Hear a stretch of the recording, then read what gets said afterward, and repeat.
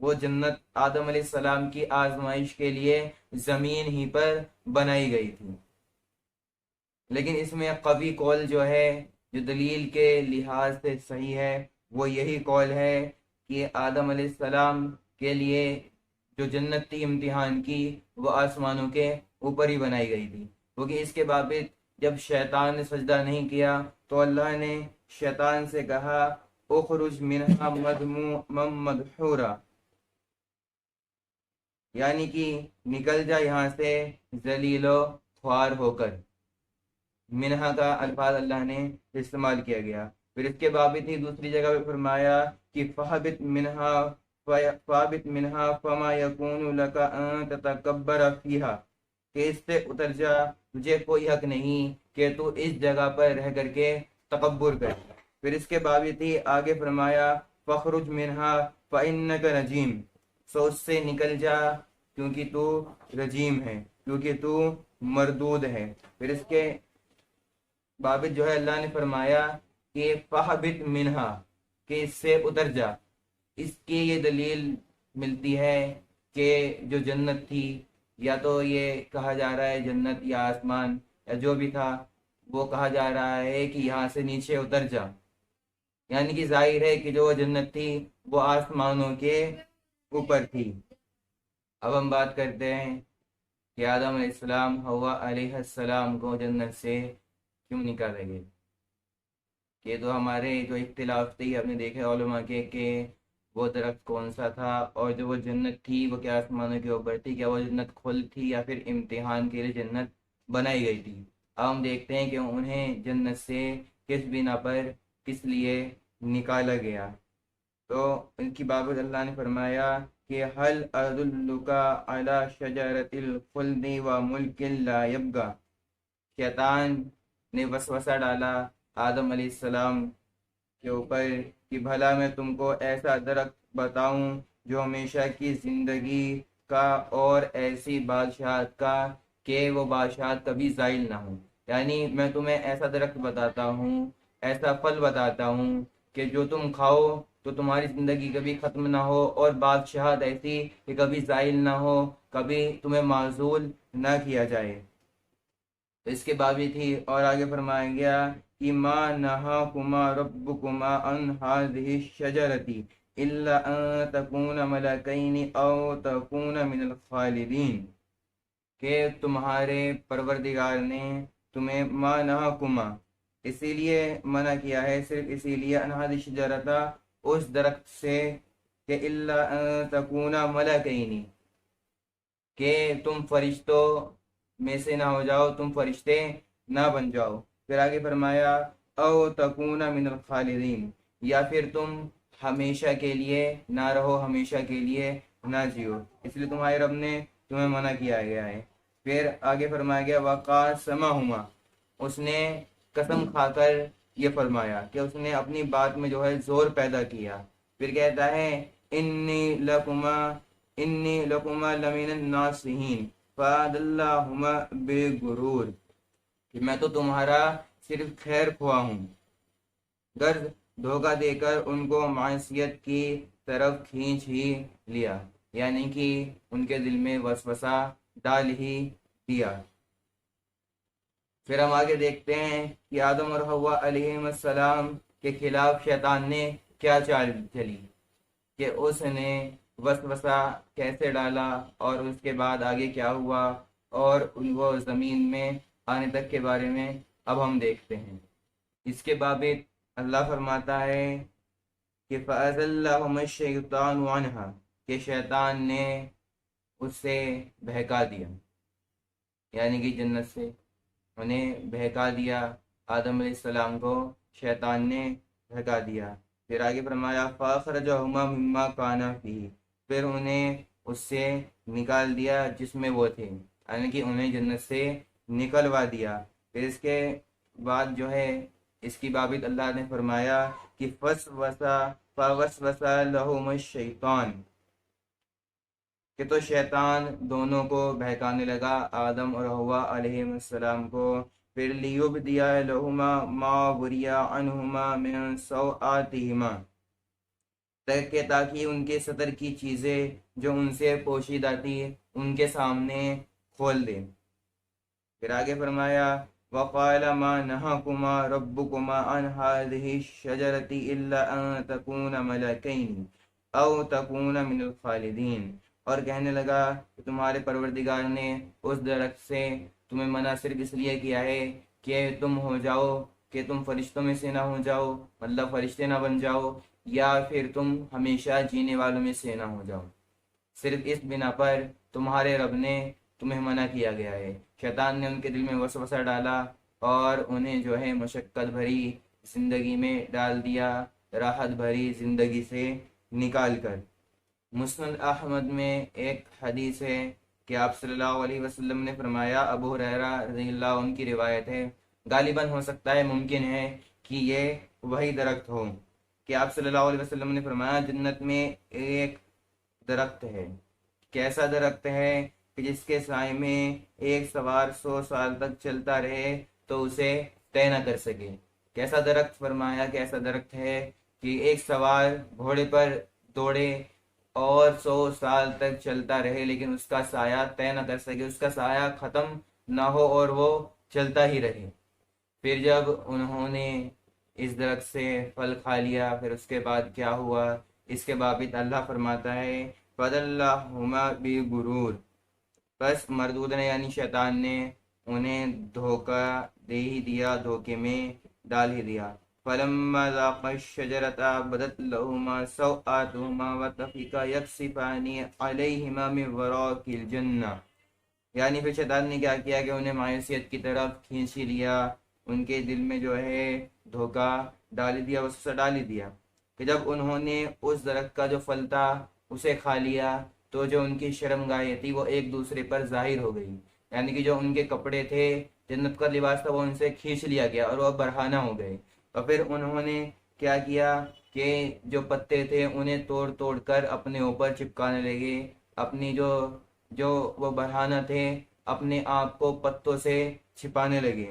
پھر اس کے بابت ہی اللہ نے ایک اور جگہ فرمایا فَأَكَلَ مِنْهَا فَبَدَتْ لَهُمَا سَوْآتُهُمَا وَطَفِقَا يَخْصِفَانِ عَلَيْهِمَا مِن وَرَاقِ الْجَنَّةِ، یعنی کہ سو دونوں نے اس درخت کا جو پھل تھا وہ کھا ہی لیا، پھر کیا ہوا کہ ان کی جو شرمگاہیں تھی وہ ایک دوسرے پر ظاہر ہو گئی، پھر وہ اپنے اوپر بہشت کے پتے، یعنی جنت کہتے ہیں بہشت کو، اس کے پتے اپنے اوپر چپکانے لگے کہ ہماری شرمگاہ اپنے آپ کو وہ چھپانے لگی۔ تو اس سے پتہ چلتا ہے کہ انسان کی جو خوبصورتی زینت ہے وہ لباس میں ہے، نہ کہ برہنہ۔ لیکن آج ہم دیکھتے ہیں کہ بالکل اس کا الٹا معاملہ پیش آ رہا ہے۔ یہ عین ممکن ہے کہ پہلے آدم علیہ السلام سے پہلے جو اس درخت کا پھل تھا وہ حوا علیہ السلام نے کھایا، کہ اس سے پتہ چلتا ہے کہ شیطان نے جو بہکایا تھا وہ حوا علیہ السلام کو پہلے بہکایا تھا، پھر انہوں نے آدم علیہ السلام سے جا کر کے انہیں بہکایا۔ اس کی بابت جو ہے صحیح بخاری میں ایک حدیث ہے، حدیث 3330 میں، کہ آپ صلی اللہ علیہ وسلم نے فرمایا کہ بنی اسرائیل نہ ہوتے تو گوشت کبھی خراب نہ ہوتا، اور حوا علیہ السلام نہ ہوتی تو کوئی بیوی اپنے خاوند کی خیانت نہ کرتی۔ یعنی کہ اس سے پتہ چلتا ہے کہ جو خواتین ہیں وہ جلدی بہکاوے میں آ جاتی ہیں، اور جو خاوند ہوتے ہیں، جو مرد حضرات ہوتے ہیں، وہ جلد ہی اپنی زوجہ کے بہکاوے میں آ جاتے ہیں۔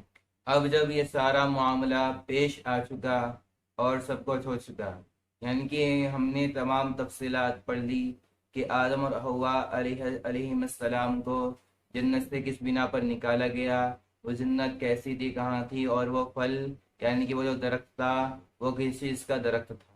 ہم نے بھی پڑھ لیا کہ جنت میں رکھا گیا اور کس بنا پر انہیں جنت سے نکالا گیا، شیطان نے کیسے وسوسہ ڈالا، اور اس کے بعد ہم نے تمام چیزیں پڑھ لی۔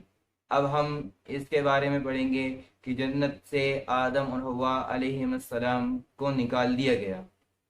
تو اس کے بابت اللہ نے فرمایا کہ اہبطوا بعضکم لبعض عدو،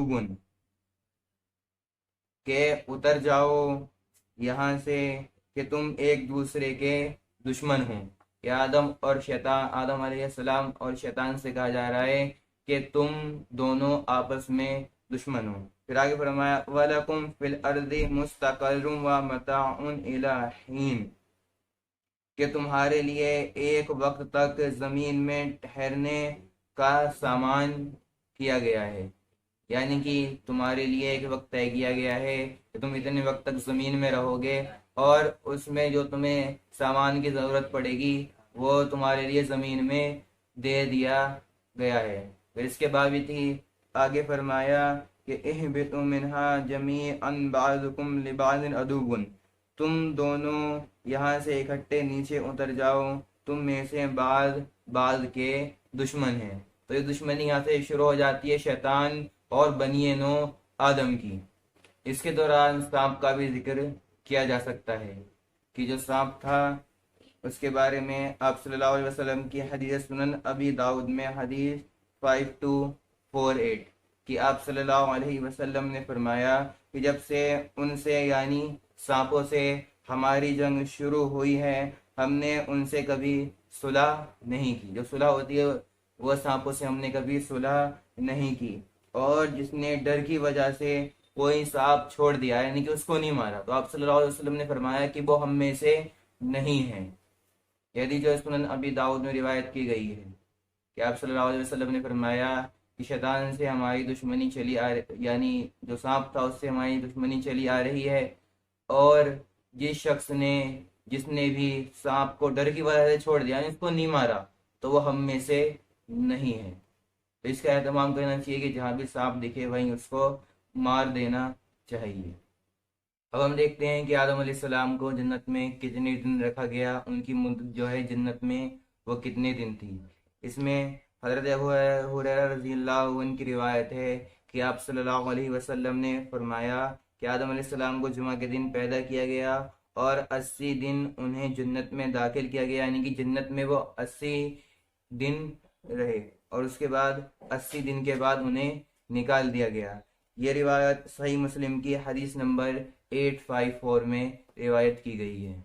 اس میں کئی علماء کی رائے ہے، وہ ہم دیکھتے ہیں کہ ابن عباس رضی اللہ عنہ اور مجاہد اور ضحاک اور ابن جریر رحمہ اللہ علیہم کی ایک رائے ہے کہ انہوں نے فرمایا کہ اس سے مراد جو ہے 6000 سال ہے.